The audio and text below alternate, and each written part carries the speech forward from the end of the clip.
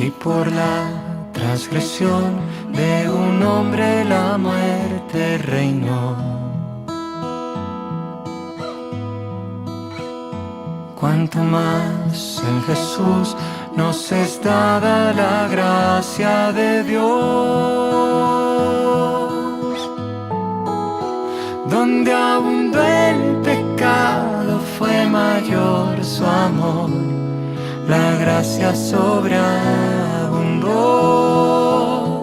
Donde abundó el pecado fue mayor su amor, la gracia sobreabundó. Vamos entonces a orar y entregar este tiempo en las manos del Señor y pedir que bendiga la reunión en general. Ya que está David Dip, le quiero pedir si puede dirigirnos al Señor en oración. Sí, obvio. Oramos. Señor Jesús, amado, gracias te damos, Señor, por un día más de vida. Gracias, papá, porque hoy podemos estar reunidos, Señor, a través de esta herramienta, Señor, que nos da la posibilidad de poder escucharnos, poder vernos, Señor, y poder tener un tiempo en comunión, sabiendo de que tú estás con nosotros, Señor. Tu palabra lo dice, donde dos o tres están reunidos en mi nombre, allí estoy. Así que creemos en tu palabra, sabiendo que tú estás con nosotros, acompañándonos. Te pedimos tu guía sobre esta reunión, que seas tú, Señor, hablando en nuestros corazones. Señor, que puedas recibir nuestra alabanza, Señor, como olor fragante. Te rogamos, Señor, por nuestras vidas. Primeramente, Señor, encomendándonos en tus manos. Señor, pidiéndote perdón por nuestros pecados. Señor, y presentándonos delante de ti tal cual somos. Señor, gracias porque tú nos das la vida eterna, Señor, y por el milagro de tu Hijo, Señor, muriendo en la cruz, hoy tenemos entrada a tu reino. Gracias, Señor, por ello. Nos encomendamos en tus manos y te pedimos que tomes el control de la reunión. En el nombre de Jesús. Amén. Entonces, a alabar a nuestro Señor. Te invito a abrir tu Biblia en el Salmos 148. Dice este Salmos, aleluya, alabado sea el Señor. Alaban al Señor desde los cielos, alábenlo desde las alturas.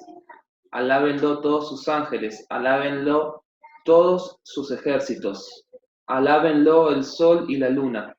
Alábenlo estrellas luminosas. Alábenlo ustedes, altísimos cielos, y ustedes las aguas que están sobre los cielos. Sea alabado el nombre del Señor, porque Él dio una orden y todo fue creado. Todo quedó afirmado para siempre. Emitió un decreto que no será abolido.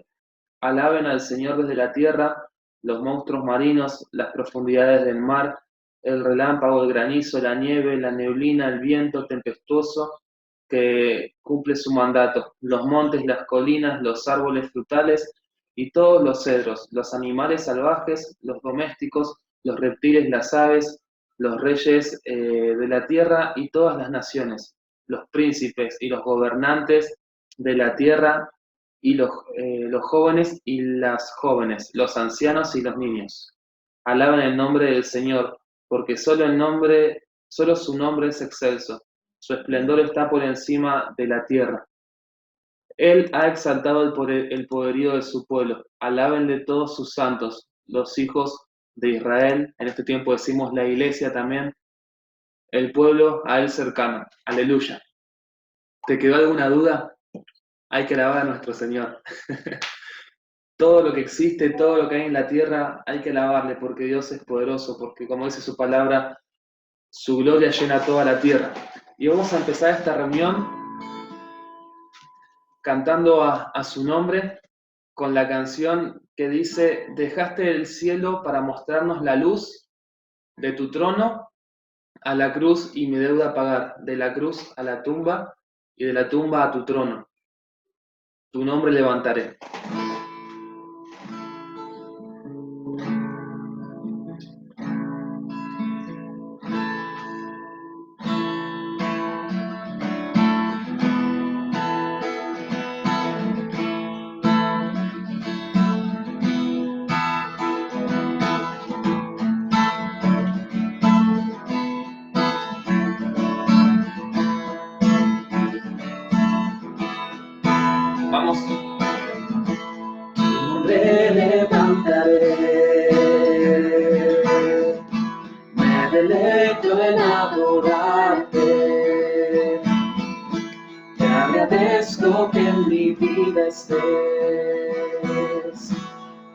vinieras a salvarme. Tu nombre levantaré. Tu nombre levantaré. Me deleito en adorarte. Te agradezco que en mi vida estés, que vinieras a salvarme. Dejaste el trono para mostrar la luz de tu trono a la cruz y mi deuda pagar. De la cruz a la tumba, de la tumba a tu trono, tu nombre levantaré. Tu nombre levantaré.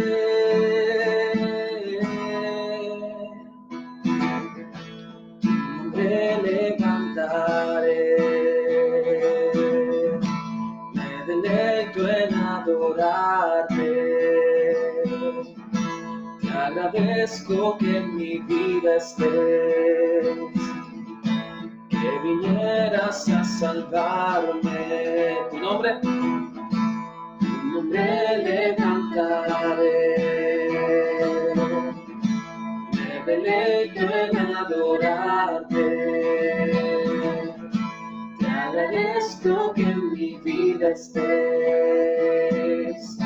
que vinieras a salvarme. Dejaste el cielo para mostrar la luz de tu trono a la cruz y mi deuda pagar. De la cruz a la tumba, de la tumba a tu trono, tu nombre levantaré. Dejaste el cielo para mostrar la luz de tu trono a la cruz y mi deuda pagar. De la cruz a la tumba, de la tumba a tu trono, tu nombre levantaré. Oh, tu nombre levantaré. Tu nombre levantaré.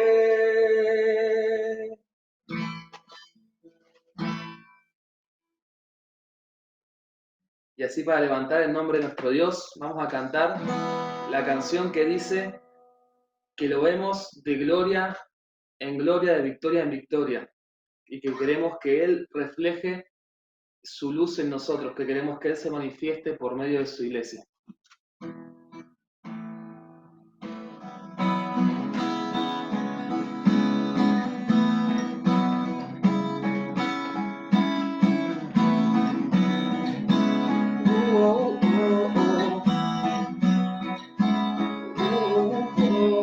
Yo quiero ver luz brillando en mí, a través de mi ser, un altar que todos puedan ver, que todos oigan que tú eres vida, la esperanza, perfecta gracia que me ha rescatado. Tú eres vida, la esperanza, perfecta gracia que me ha rescatado. Ya no vivo yo, Cristo vive en mí, varón quiero ser.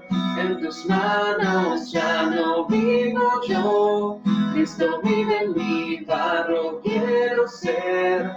En tus manos de gloria en gloria te veo, Dios.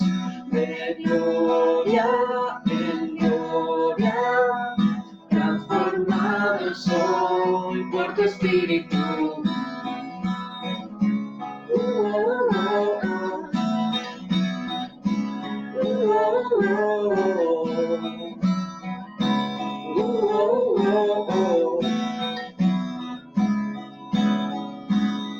Yo quiero ver tu luz brillando en mí, a través de mi ser, un altar que todos puedan ver, que todos oigan que tú eres vida, la esperanza, perfecta gracia gracia que me ha rescatado, tú eres vida, la esperanza, perfecta gracia que me ha rescatado, ya no vivo yo, Cristo vive en mi barro, quiero ser en tus manos, ya no vivo yo, Cristo vive en mi barro, quiero ser en tus manos de gloria, en gloria, te veo Dios, de gloria, en gloria,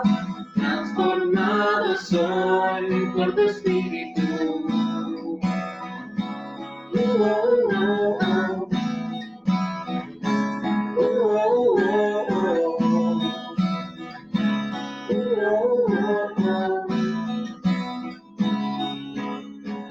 De gloria en gloria te veo, Dios. De gloria en gloria te veo, Dios. De gloria en gloria te veo, Dios. De gloria en gloria, transformado soy por tu espíritu, ya no vivo yo, Cristo vive en mi barro, quiero ser en tus manos, ya no vivo yo, Cristo vive en mi barro, quiero ser en tus manos de gloria, en gloria, te veo Dios, de gloria, en gloria, transformado soy por tu espíritu. Amén. Que así sea. Esta sea una realidad en nuestras vidas, que cada día, cada semana, Dios nos vaya transformando con su Espíritu Santo, por medio de su palabra, por medio de su obrar en nuestras vidas. Vamos a hacer, vamos a cantar una canción más. Perdón, vamos a pasar a una especial que tenemos ahora. Dana preparó una canción especial. Vamos a estar escuchando esta hermosa alabanza que preparó Dana para compartir con nosotros. Se llama Tu fidelidad de Cristín Di Clario y me gustó mucho esta canción porque es algo que se puede ver en todo tiempo, pero creo que en este tiempo de cuarentena aún más. Así que bueno, es así, perdonen, no tengo que tocar instrumento así, pero a capela. Es su forma de mirar, viendo todo bien o mal, y aún así Él cubre mi pesar por probar su fidelidad.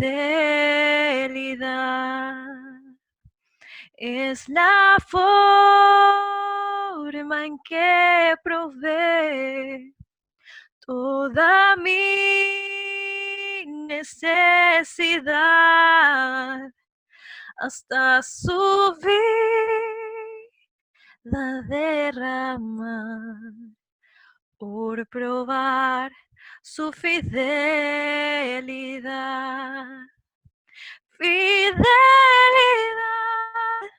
su fidelidad, tan profunda, tan real, en mi vida y caminar, me basta su fidelidad. Es su forma de cuidar cada paso en mi andar, no importa a dónde llegará, por probar su fidelidad. fidelidad, su fidelidad,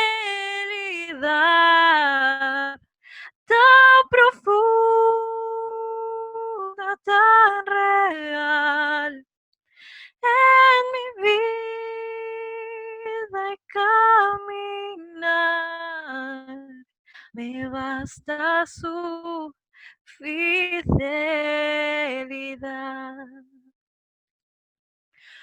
Oh, tu fidelidad, oh, tu fidelidad, cada momento la veo en mí. Nada me falta, pues todo provees. Grande, Señor, es tu fidelidad. Fidelidad,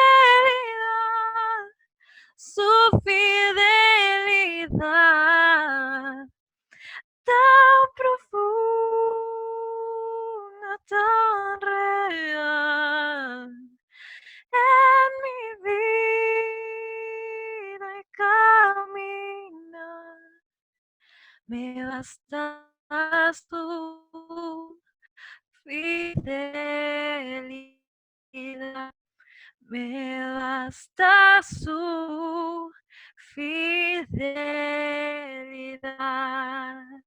Un aplauso, muchas gracias, Dana. Preciosa canción, hablando de la persona de Dios, de la fidelidad de Dios, que tiene que ver, ¿no? Como estudiábamos en el día, en el tiempo que estudiamos sus atributos, con la inmutabilidad de Dios, que Dios nunca deja, nunca cambia, nunca deja de ser, por lo tanto Él se mantiene constante y firme. Gloria a Dios por ello. La siguiente canción, vamos a seguir esta reunión alabando a nuestro Dios, y vamos a hacerlo con la canción que dice: eres Dios eterno, solo tú eres bueno, Dios incomparable eres tú. Y vamos a cantarla como lo hicimos la otra vez, tanto en español como en portugués.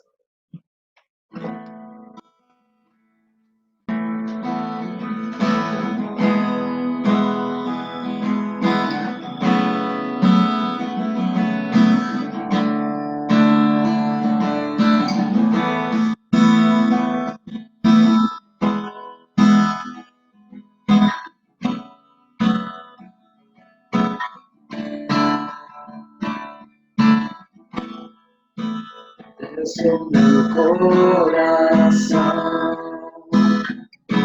yo encontré la salvación. Toda gloria y majestad quiero sentir, contemplar.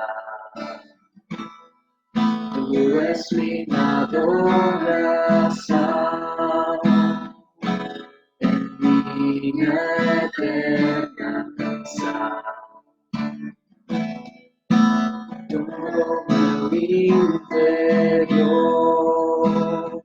he conquistado por tu amor.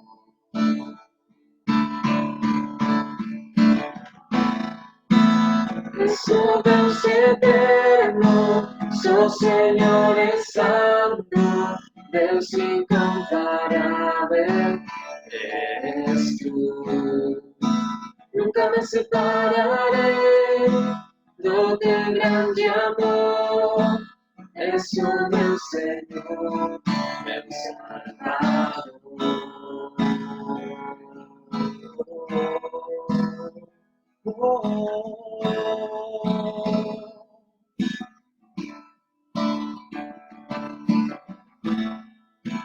Dios de mi corazón, en ti encontré mi salvación. Tu gloria y majestad quiero quiero siempre contemplar. Tú eres mi adoración y mi eterna canción. Todo mi interior es cautivado por tu amor.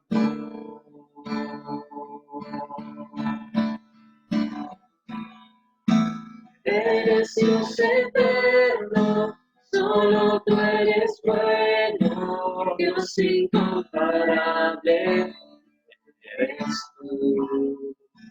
Nunca me separaré de tu gran amor, eres mi Señor, mi Salvador. Eres Dios eterno, solo tú eres bueno, Dios incomparable, eres tú. Nunca me separaré de tu gran amor, eres mi Señor, mi Salvador.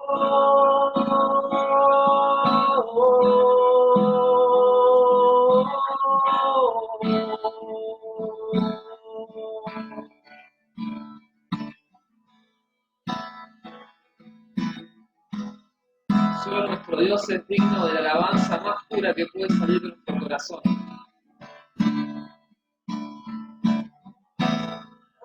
Aleluya. Aleluya. Aleluya. Aleluya. Aleluya. Aleluya. Aleluya. Aleluya. Eres Dios eterno, solo tú eres bueno, Dios incomparable, eres tú. Nunca me separaré de tu gran amor, eres mi Señor, mi Salvador, eres Dios eterno. Solo tú eres bueno, Dios incomparable, eres tú. Nunca me separaré de tu grande amor, eres mi Señor, mi Salvador. Dice la palabra de Dios que a todos los que le recibieron, a los que creen en su nombre, Él les dio la potestad, el título de ser llamados, de ser llamados, sí, hijos de Dios. La potestad de tener el título de ser hijos de Dios. Y esto es lo que somos. Y su palabra dice que no hemos nacido según nuestra propia voluntad, sino que esto nació del corazón de Dios, que esto fue la voluntad de Dios. Y la última canción que vamos a cantar es la que dice, yo soy quien dices que soy.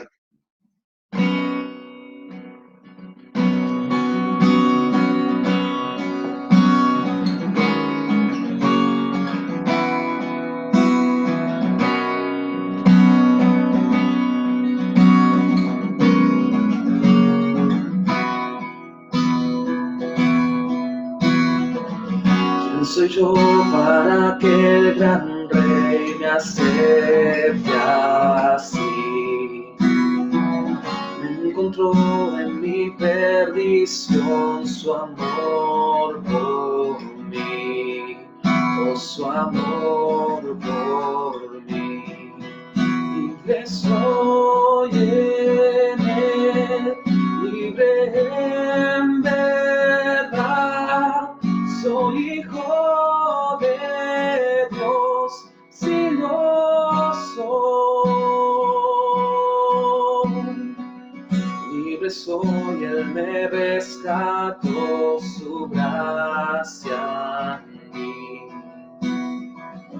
Que aun siendo yo un pecador, Él murió por mí.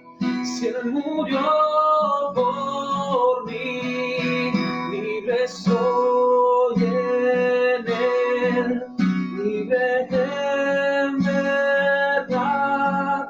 Soy hijo de Dios, si no soy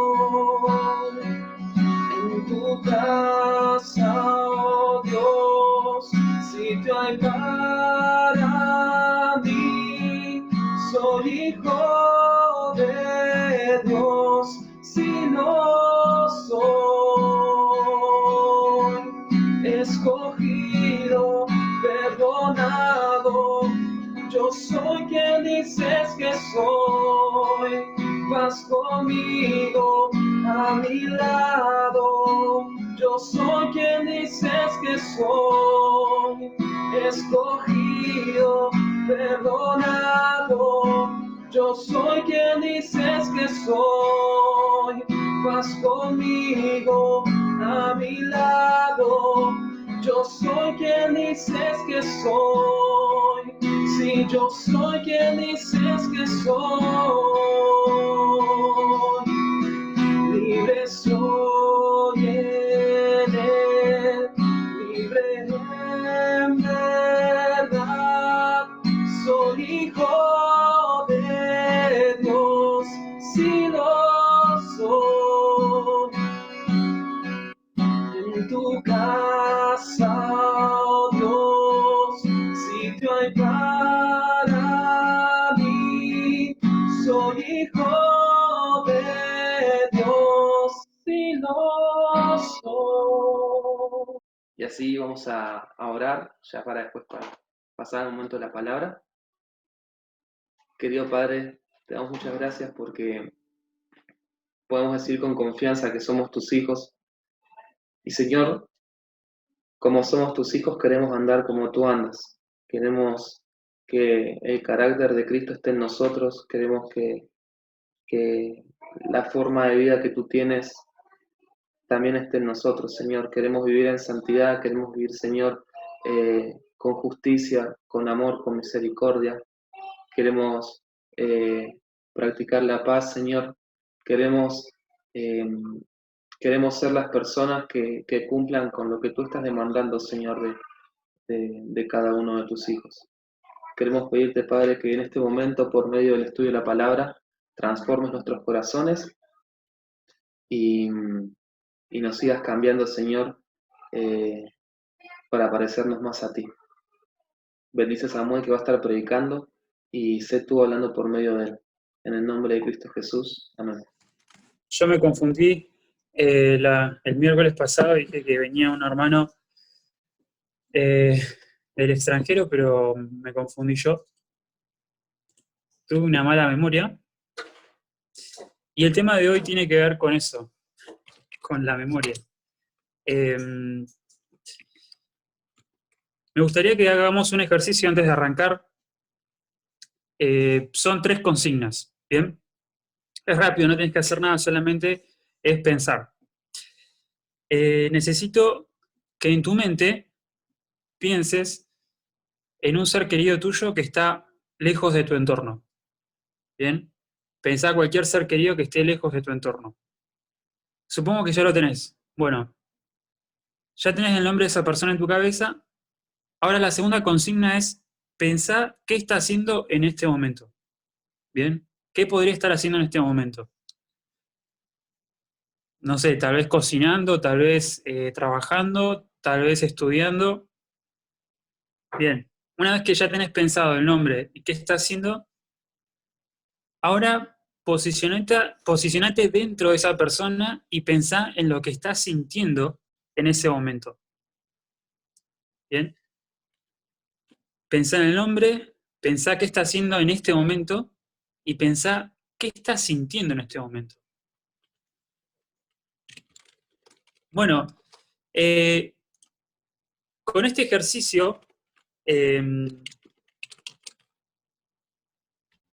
sencillo, uno puede entender tres cosas. En realidad dos cosas. Uno puede pensar en una persona, en el nombre, simplemente. Uno puede pensar en esa persona, en qué está haciendo en ese momento, y uno puede pensar en lo que está sintiendo la persona en ese momento. Son tres formas de pensar en alguien que son muy diferentes, distan mucho la una de la otra. Bien, lo que vos usaste recién se llama cabeza, pero más específicamente se llama memoria. Bien, y eso es lo que vamos a hablar hoy, de la memoria del cristiano. Pero me gustaría que pensemos entonces en qué es la memoria. Y nosotros veníamos estudiando en Hebreos capítulo 13 diferentes deberes cristianos o doctrinas, ¿bien? Vimos sobre el amor fraternal, vimos sobre el hospedar a los extranjeros, y también ahora vamos a ver en la memoria del cristiano qué tiene que hacer con la cabeza del cristiano. Bien, me gustaría que me acompañen a Hebreos 13, versículo 3. Vayan abriendo Hebreos 13.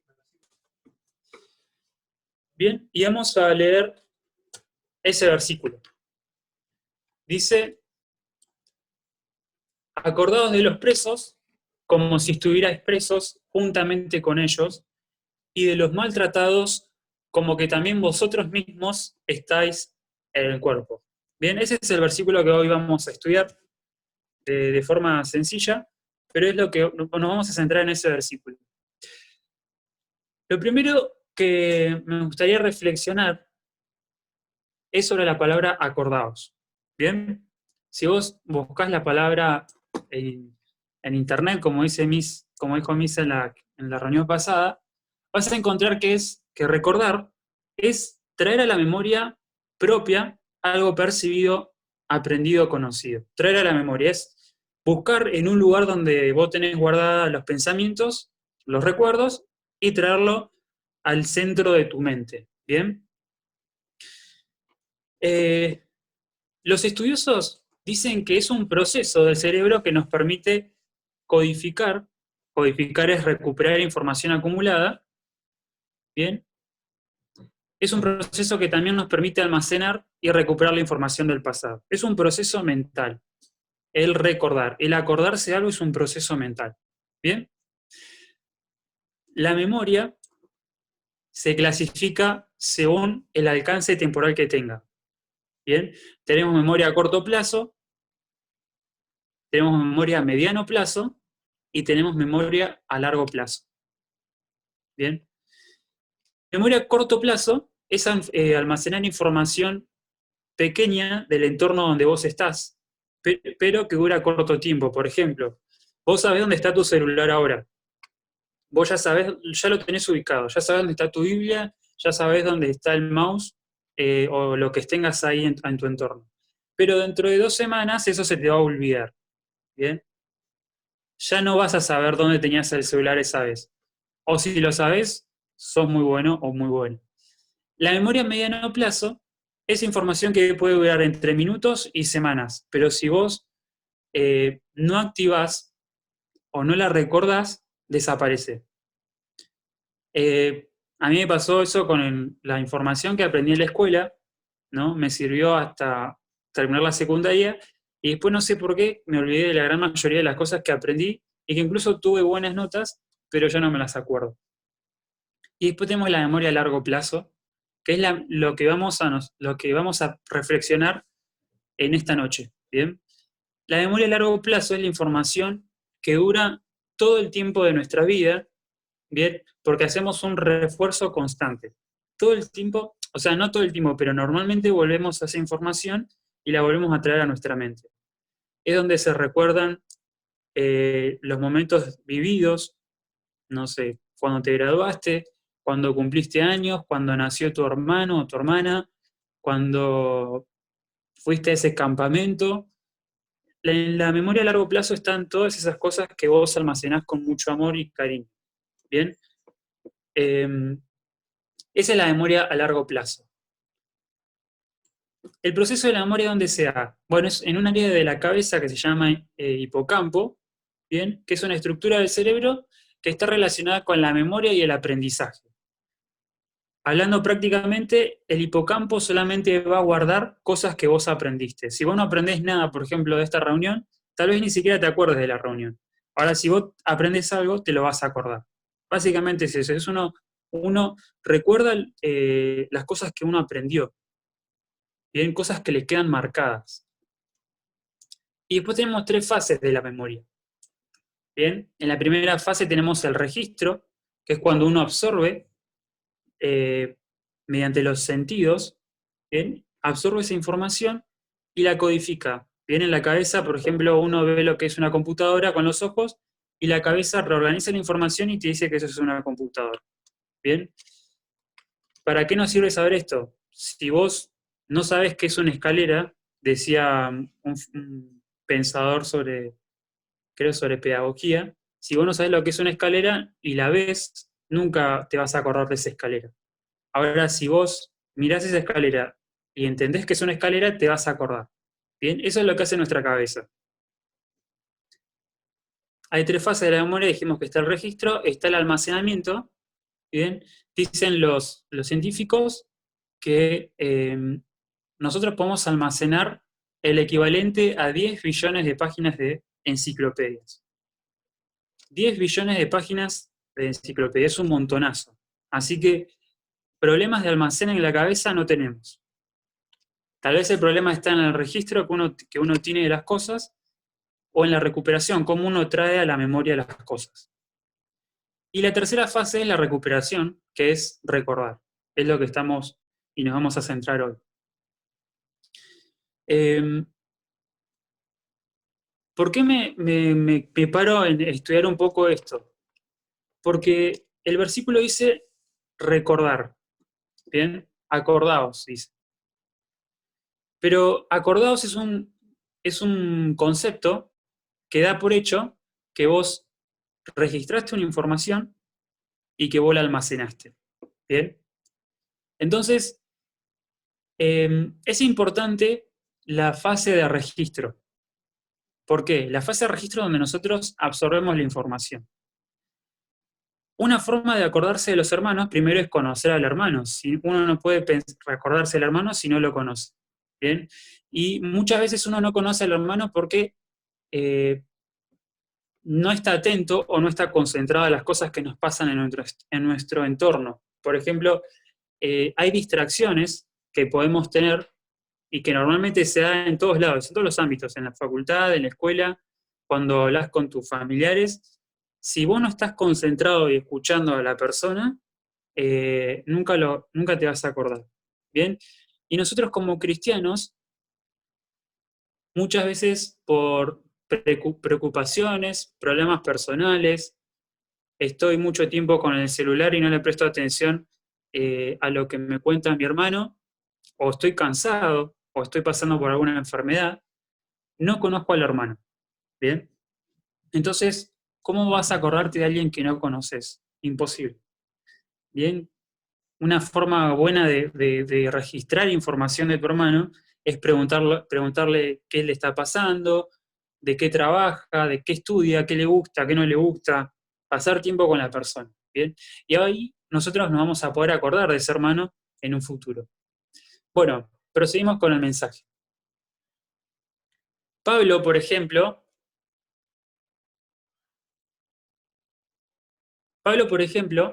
reflexionaba, se acordaba de los hermanos por las cosas buenas que habían hecho. Por ejemplo, en Romanos 16, vamos a Romanos 16, versículo 3 al 9, miren cómo pensaba, cómo recordaba Pablo a los hermanos en la fe.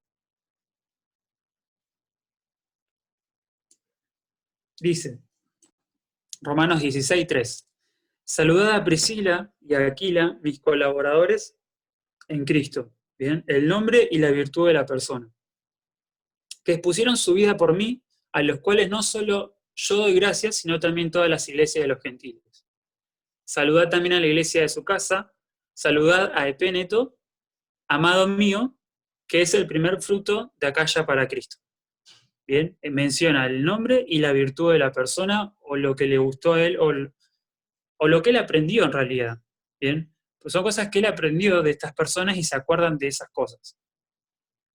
Saludad a María, la cual ha trabajado mucho entre vosotros. Otra virtud. No dice, saludad a María, que es re pesada, pero bueno, mandale saludos. No. Dice, saludad a María, la cual ha trabajado mucho por mí. Saludad a Andrónico y a Junias, mis parientes y mis compañeros de prisiones, los cuales son muy estimados entre los apóstoles. Bien, el nombre y la virtud.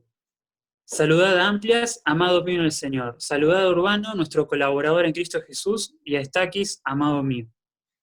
Es importante cómo el apóstol Pablo se acordaba de sus hermanos. ¿Bien? Nosotros tenemos que acordarnos de nuestros hermanos por sus virtudes. ¿Bien? No es que todas estas personas eran perfectas para el apóstol Pablo, pero él lo que hacía era rescatar lo bueno. ¿Bien? Él hacía caso a Filipenses, a lo que escriben Filipenses, y busca recordar todo lo que es verdadero, todo lo honesto, todo lo justo, todo lo puro, todo lo amable, todo lo que es de buen nombre de las personas, él se lo acordaba. ¿Bien? Esto significa que todos los hermanos eran... Esto no significa que todos los hermanos eran buenos, sino que él recuerda lo bueno de los hermanos. Algo semejante hizo Cristo con nosotros. ¿Bien? Cristo cuando te ve a vos, y Dios cuando te ve a vos, no dice, mirá, este pecó de esta forma. No, él dice, los veo puros porque Jesucristo limpió nuestros pecados. Sin embargo, él se olvida de las cosas malas que nosotros hacemos, las tira al fondo del mar. Bueno, proseguimos al segundo punto del mensaje. Ya vimos que es acordarse, traer a la memoria algo que lo estuvimos analizando con detenimiento. Algo o alguien. Bien, el segundo punto es acordarse el concepto del pasaje. Bien, dice el pasaje, acordado de los presos, como si estuvierais presos juntamente con ellos, y de los maltratados, como también vosotros mismos estáis en el cuerpo. Menciona presos y maltratados.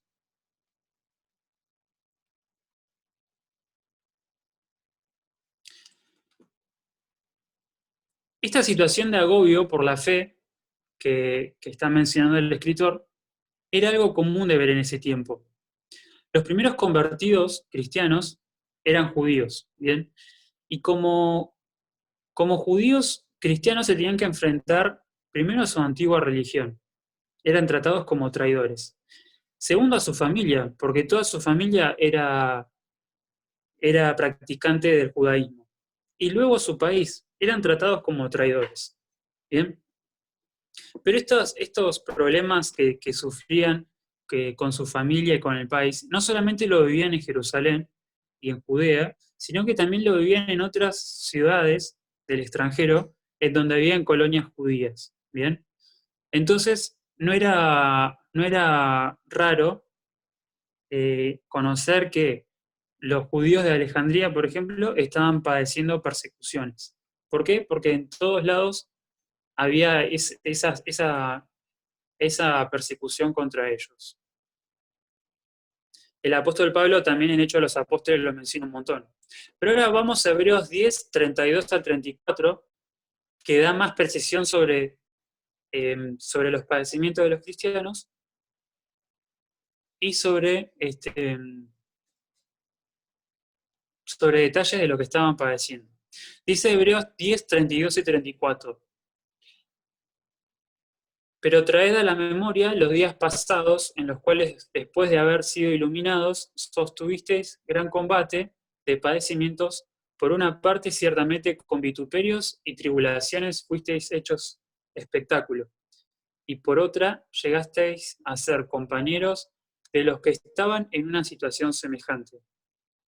Porque de los presos también os compadecisteis, y el despojo de vuestros bienes sufristeis con gozo, sabiendo que tenéis en vosotros una mejor y perdurable herencia en los cielos. Bien, estos versículos refuerzan el concepto inicial del versículo que leímos al principio, recordados de los presos y de los maltratados. Bien, habían muchos cristianos presos y otros tantos maltratados. Este grupo de cristianos que habla Hebreos no había sufrido todavía el martirio, y eso lo podemos ver por Hebreos 12, versículo 14. Pero sí podemos saber que hasta en ese entonces habían cristianos que ya estaban muriendo por Cristo. Pensamos en Esteban, por ejemplo, que fue apedreado en el 33 después de Cristo. También pensamos en Jacobo, hijo de Zebedeo, que fue decapitado en el 44 después de Cristo. A Santiago el Justo, apedreado frente al sumo sacerdote. Santiago es el que escribió la epístola a Santiago. Y bajo Nerón, en el 64 después de Cristo, los cristianos eran despedazados por perros, prendidos fuegos en cruces. Pero seguramente dicen los estudiosos que cuando Hebreos dice acordado de los presos y de los que padecen, de los presos y de los maltratados, y en este capítulo 10, se está refiriendo a una persecución que tal vez no sucedió en el 41 después de Cristo. Bien, Claudio puso restricciones. Claudio era el rey era el César en Roma, y puso restricciones sobre las colonias judías en Roma. Bien, estas restricciones no se cumplieron y los judíos fueron expulsados. De ahí sale Aquila y Priscila. Hechos 18:2 dice: y halló un judío llamado Aquila, natural de Ponto, recién venido de Italia, con Priscila su mujer, por cuanto Claudio había mandado que todos los judíos salieran de Roma. Bien, entonces es muy probable que los que estaban padeciendo en esta epístola eran judíos que habían sido expulsados de Roma. Dicen los estudiosos que ese desalojo fue a gran escala y que después de ese desalojo vinieron saqueos, bien, a manos de la gente poderosa y de los enemigos del pueblo de Israel. Y obviamente, como dicen los versículos de Hebreos, sufrieron el despojo, sufrieron insultos, sufrieron violencia estos primeros cristianos en Roma. Ahora bien, tenían una iglesia que sufría, una iglesia perseguida, pero algunos padecían persecución y los otros cristianos eran solidarios, ¿bien? Toda la iglesia sufría en realidad. Algunos eran perseguidos y otros apoyaban o ayudaban a los que eran perseguidos. Había una iglesia solidaria. En medio de esa tribulación había una iglesia solidaria. Había gente que acompañaba a los presos, cumpliendo la palabra del Señor y exponiendo su vida a quedar presos. Mateo 25:36, el Señor dice que va a premiar a aquellos que estuvieron con los hijos perseguidos. Dice: estuve desnudo y me cubristeis, enfermo y me visitasteis, en la cárcel y viniste a mí. Un valor, apoyado y fomentado por el Señor Jesucristo fue el ayudar a los presos, a aquellos que estaban padeciendo por el nombre del Señor Jesucristo. Y es muy interesante que el Señor Jesucristo padeció quedar solo, y Él a sus discípulos los incentivaba a que se acompañen cuando sean perseguidos.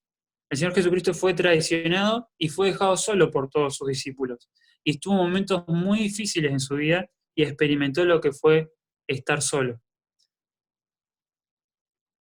Los prisioneros cristianos de la iglesia primitiva, que no tenían recursos propios, estaban propensos a morirse de hambre a menos de que sus amigos cristianos les trajeran comida y cualquier otra forma de ayuda que requiriera.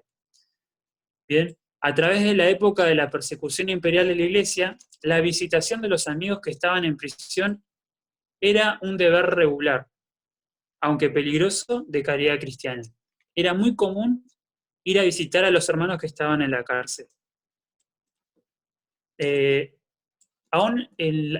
Por ejemplo, recuerdo una anécdota que me contó Hugo, es un hermano mayor de la iglesia, que en la época del golpe militar del 76, nos contaba que él tuvo que ir a buscar a un hermano que lo habían llevado preso, ¿bien? Y se exponían ellos, pero en momentos de tensión es ahí donde muchas veces, y lamentablemente, porque no debería ser así, pero es donde los cristianos más nos unimos y más trabajamos en conjunto. Los primeros cristianos aceptaron la persecución con gozo, haciendo caso a lo que dice Lucas 6:22. Bienaventurados seréis cuando los hombres os aborrezcan y cuando os aparten de sí, y os vituperen, y desechen vuestro nombre como malo por causa del Hijo del Hombre. ¿Bien? Ellos tomaban la persecución con gozo. ¿Qué otros mecanismos vemos en la Biblia del apoyo a los presos? Perdón, de apoyo a los que estaban necesitados. Por ejemplo, en Hechos, capítulo 11, verso 28 al 30, podemos ver lo que sucede cuando Agabo, un profeta, por el Espíritu se da cuenta que va a haber una gran hambre en la tierra. Dice Hechos capítulo 11, verso 28, y levantándose uno de ellos, llamado Agabo, daba a entender por el Espíritu que vendría una gran hambre en toda la tierra habitada, la cual sucedió en tiempos de Claudio. Entonces los discípulos, cada uno conforme a lo que tenía, determinaron enviar socorro a los hermanos que habitaban en Judea, lo cual en efecto hicieron, enviándolo a los ancianos por mano de Bernabé y de Saulo. Bien, juntaban plata y la enviaban a los necesitados. Ese era el tipo de corazón que tenían los primeros hermanos. Pablo, por ejemplo, en las cárceles, también fue asistido y sintió la ausencia de los hermanos. ¿Bien? Muchas veces estuvo en prisión el apóstol Pablo, por hambres, por tribulaciones y dificultades. Pero el sentimiento de soledad siempre estaba latente cuando él estaba solo.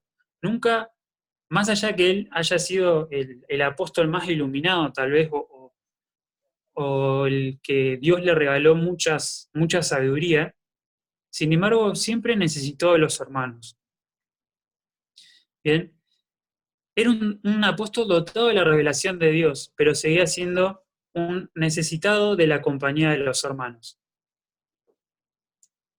Dios lo dejó, pero Dios no lo dejó solo al apóstol Pablo, sino que le dio a la iglesia como brazo de consuelo.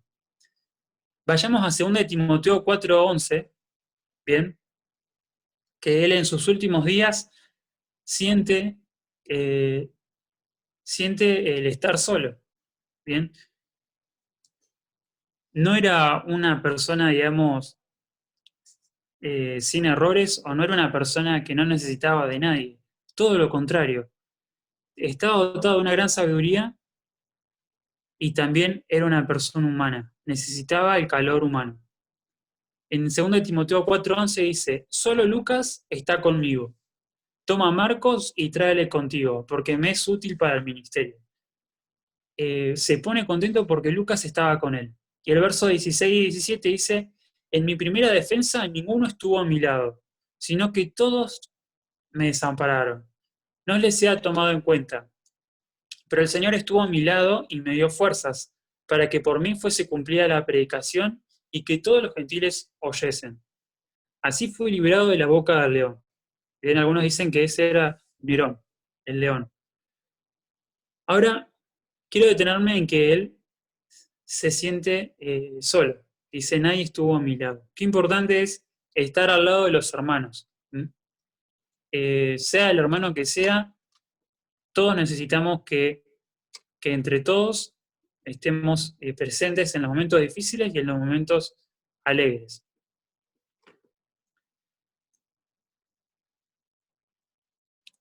Las oraciones en medio de las cárceles. Bien, recordamos al apóstol Pedro, que queda preso, y él va a la casa, el ángel lo libera, va a la casa de la madre de Marcos y encuentra una iglesia orando. Y no dicen que están orando por él, pero se intuye que sí, que estaban juntos orando esa noche, porque Pedro, que era una persona importante en la iglesia primitiva, era el primero que empezó a explicarles a los gentiles y judíos sobre la fe cristiana, había caído preso, ¿bien? Y era un golpe muy duro para aquellos fieles que recién estaban arrancando, y por eso estaban orando para que el apóstol Pedro salga. Bien, y él los encuentra orando por ellos, por él.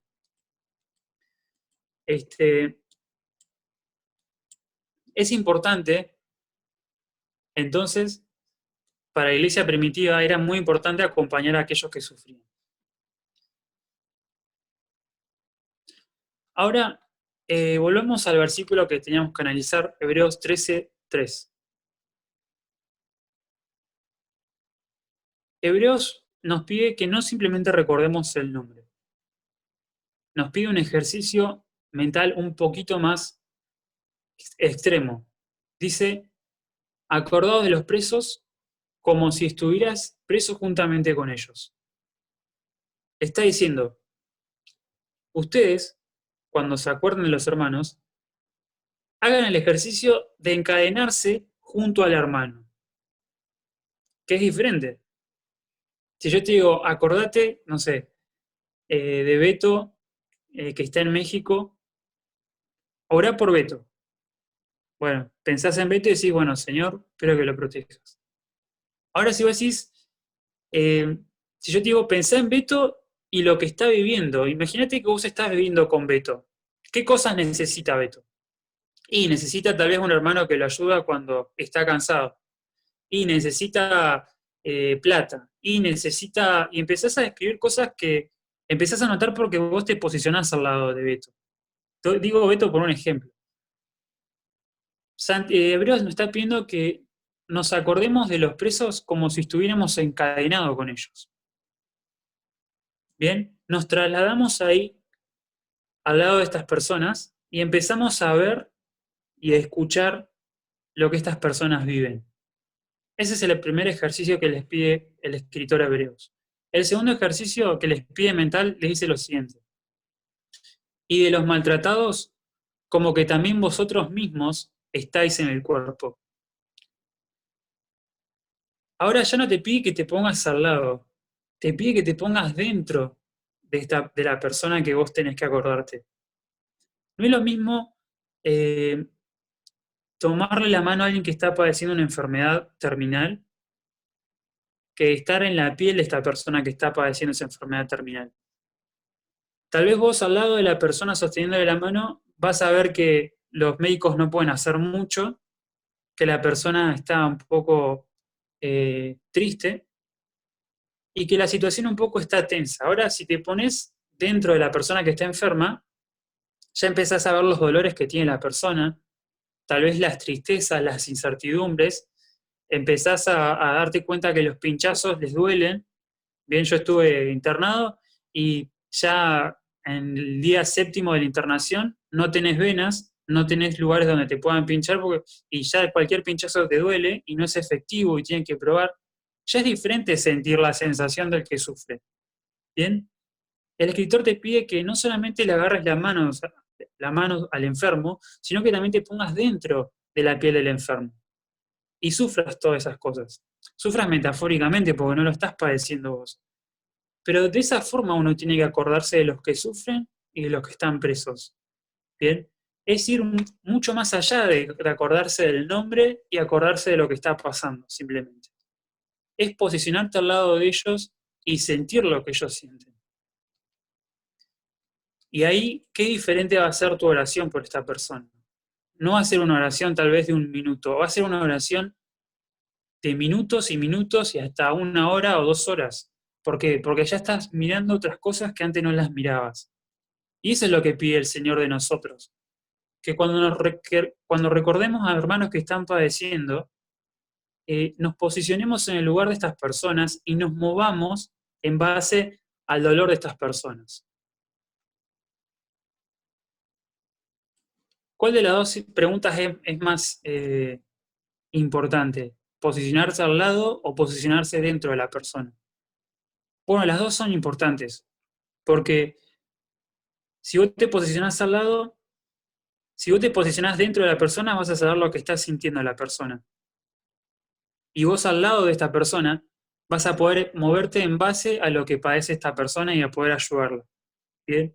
Tu ayuda va a ser mucho más efectiva, mucho más razonable, mucho más coherente. Y eso es importante, ¿no? Tener coherencia en estos momentos difíciles. Ahora esta memoria que el escritor les pedía a los que leían la carta, no era simplemente que se pongan tristes por lo que estaban lejos, sino que actúen. Y esto era muy común en la antigüedad. Los cristianos actuaban. Veían que alguien estaba padeciendo y se movían. Habían escritores ateos que criticaban al cristianismo. Los trataban como una religión infantil. Y hay un escritor que escribe La muerte del peregrino, ¿bien? Que le escribió Luciano de Samosata, un escritor sirio del siglo II, ¿bien? Critica a un filósofo que se llamaba Peregrino Proteo, antes del año 165 después de Cristo. Y él escribe lo siguiente, y con esto quiero terminar, ¿no? Dice, está hablando de este personaje que fue una persona que en la historia que cuenta él usó a los cristianos. Los usó y era su forma de vivir a las personas. Pero da un detalle específico de cómo se movían y cómo pensaban los cristianos primitivos. Dice, prendido por esta razón, Proteo, no era cristiano, fue a dar con sus huesos en la cárcel, cosa que le granjeó mayor aureola aún para las otras etapas de su vida y con vistas a la fama de milagrero que tanto anhelaba. Bien, era una persona que anhelaba fama. Pues bien, tan pronto como estuvo preso, los cristianos, considerándolo una desgracia, movieron cielo y tierra para conseguir su libertad. Al fin, como esto era imposible, se procuró al menos proporcionarle cuidados, y no precisamente al buen Tuntún, sino con todo el interés del mundo. Bien, movieron cielo y tierra para liberarlo, y también hicieron lo posible para sustentar a este pseudo cristiano que el pueblo en esta historia creen que era un cristiano que estaba padeciendo. Y ya desde el alba podía verse a las puertas de la cárcel una verdadera multitud de ancianos, viudas y huérfanos, e incluso los jerarcas de su secta cristiana dormían con él en la prisión, previo soborno a los guardianes, para que ellos pudieran estar ahí. Luego eran introducidos toda clase de manjares, se pronunciaban discursos sagrados, y el excelente peregrino, pues todavía llevaba ese nombre, era calificado por ellos de nuevo Sócrates. Es más, incluso desde ciertas ciudades de Asia llegaron enviados de las comunidades cristianas para socorrer, defender y consolar a nuestro hombre. Porque es increíble la rapidez que muestran tan pronto se divulga un hecho de este tipo, hablando de los cristianos. Y es que, para decirlo con pocas palabras, no tiene bienes propios. Y ya tienes que va a parar a los bolsillos de peregrino, procedente de manos de esas gentes, una gran suma de dinero en razón de su condena. Con ello le ayudaron, y no poco monetariamente. Y es que los infelices creen a pie juntillas que serán inmortales y que vivirán eternamente, por lo que desprecian la muerte, e incluso muchos de ellos se entregan gozosos a ellas. Además, su fundador les convenció de que todos eran hermanos, y así desde el primer momento en que incurren en este delito, reniegan de los dioses griegos y adoran en cambio a aquel filósofo crucificado y viven según sus preceptos. Por eso desprecian los bienes que consideran de la comunidad, si bien han aceptado estos principios sin una completa certidumbre, pues si se les presenta un mago cualquiera, un hechicero, un hombre que sepa aprovecharse de las circunstancias, se enriquece en poco tiempo dejando burlados a estos hombres tan sencillos. Bueno, es una crítica hacia el pueblo cristiano también, y obviamente no vamos a rescatar que todo eso es real, pero sí vamos a decir cómo los califican a los cristianos. Eran personas atentas a aquellas que estaban pasando necesidad. Bien. Igualmente hay escritos como la de Didaje que los cristianos tenían manuales para decir a quién aceptar y a quién no en las casas. bien, porque podía ser un impostor, un predicador impostor o un maestro impostor que se aprovechaba de la bondad de los cristianos. Pero bueno, eso es un tema de otro momento.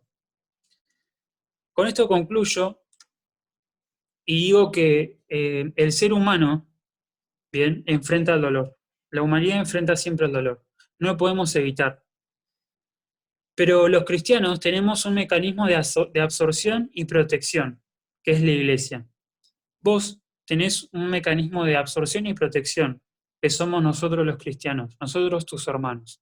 Bien, la fuerza que recibe, o tal vez el problema que recibe uno de ustedes o yo, tiene que ser distribuido, como la estructura de una casa, hacia todos los miembros. Bien, bueno, me gustaría concluir entonces con ese pensamiento, ¿no? Que uno sufre y todos los demás tienen que ayudar, y si vos sufrís, todos nosotros tenemos que ayudarte para que vos salgas adelante. El mecanismo de protección al dolor que dejó Dios en este mundo, increíblemente es la iglesia, ¿bien? A todos aquellos, el Señor decía, a todos los que estáis cargados y con un peso, que se acerquen a Cristo. Porque realmente la iglesia es eso, tiene que ser eso también, un lugar de contención para aquellos que sufren, espiritualmente y también, ¿por qué no, físicamente y económicamente? Así que vamos a terminar con una oración. Mati, ¿querés terminar con una oración, por favor? Santo Padre que estás en medio nuestro, te damos gracias porque tú nos hablas por medio de tu palabra, te damos gracias, Señor, porque tú nos enseñas y nos edificas y nos llamas la atención y también nos cambias por medio de tu palabra y tu Espíritu Santo. Y atentos a lo que tú nos estuviste hablando hoy, queremos pedirte que nos ayudes a hacer una iglesia que haga memoria de una forma bíblica de las personas que están en necesidad, Señor. Que, como decía Samuel, la iglesia siempre obró ante las necesidades de la gente y con un corazón sincero, como predicaba Noel las otras semanas, que nos ayudes a hacer una iglesia que tenga un corazón honesto, sincero delante de ti, siempre preparados para estar ayudando a aquellos que están necesitando, Señor, haciendo memoria de las personas que han trabajado para ti, Señor, recordando las cosas buenas de la gente, como dice tu palabra, todo lo que sea bueno, justo, amable, lo que es de buen nombre, Señor, las cosas buenas, pensar en eso y recordar esas cosas, Señor, para que nuestro corazón y nuestras mentes estén limpios delante de ti. Ayúdanos a hacer una iglesia que te glorifique, Señor, en el amor, en el amor práctico, Señor, en el dar a los demás, en el ayudar al otro, en estar con aquel que tiene la necesidad, Padre. Queremos pedirte que estés bendiciendo también a cada uno de los chicos, de cada uno de los jóvenes, Señor, y que nos ayudes también a poner en práctica estas palabras que nos hablaste, porque reconocemos que todo lo que tú nos hablas requiere de un esfuerzo para nosotros. Y te pedimos que saques todas aquellas cosas que hay en nuestros corazones que puedan molestar a la hora de poner en práctica tu palabra, Señor.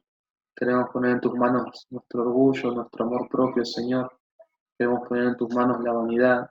Queremos poner en tus manos, Señor, las discordias, las peleas, los malos pensamientos, Señor. Queremos poner en tus manos cualquier tipo de pecado que podamos cometer, Señor, que nos impida obrar como un verdadero cristiano, Señor. Y nos entregamos a ti, como ya dijimos hoy, Señor, para que tú nos sigas cambiando y que podamos poner en práctica tu palabra. Queremos agradarte en todo y queremos que este mundo vea quién eres tú a través de nosotros, Señor. En el nombre de Cristo Jesús. Amén. Bueno, Samu, muchas gracias. Muy buen mensaje, muy linda la palabra que trajiste hoy. El próximo sábado tenemos un predicador invitado desde Costa Rica. Así que, si ya es internacional la reunión, extendemos nuestras estacas y se hace más internacional todavía. A Centroamérica llegamos. Sí, vamos nomás. Así que nos va a estar compartiendo sobre la pureza sexual, Hebreos 10:4. 13:4. 13:4, perdón. 13:4. Inviten, estén todos conectados. Bueno, le voy a pedir a alguno de los chicos de Brasil, si quiere orar para terminar. A Pablo o a Iván. Querido Deus, eterno Pai, queremos te louvar e te exaltar por essa comunhão que temos no Senhor. Obrigado, Pai, por termos pessoas que servem ao Senhor em todos os lugares do mundo, inclusive em Honduras e na Argentina, na Colômbia. Queremos te louvar por esses amigos, por esses irmãos. Que o Senhor possa estar nos abençoando, abençoando essa comunhão que temos em Cristo.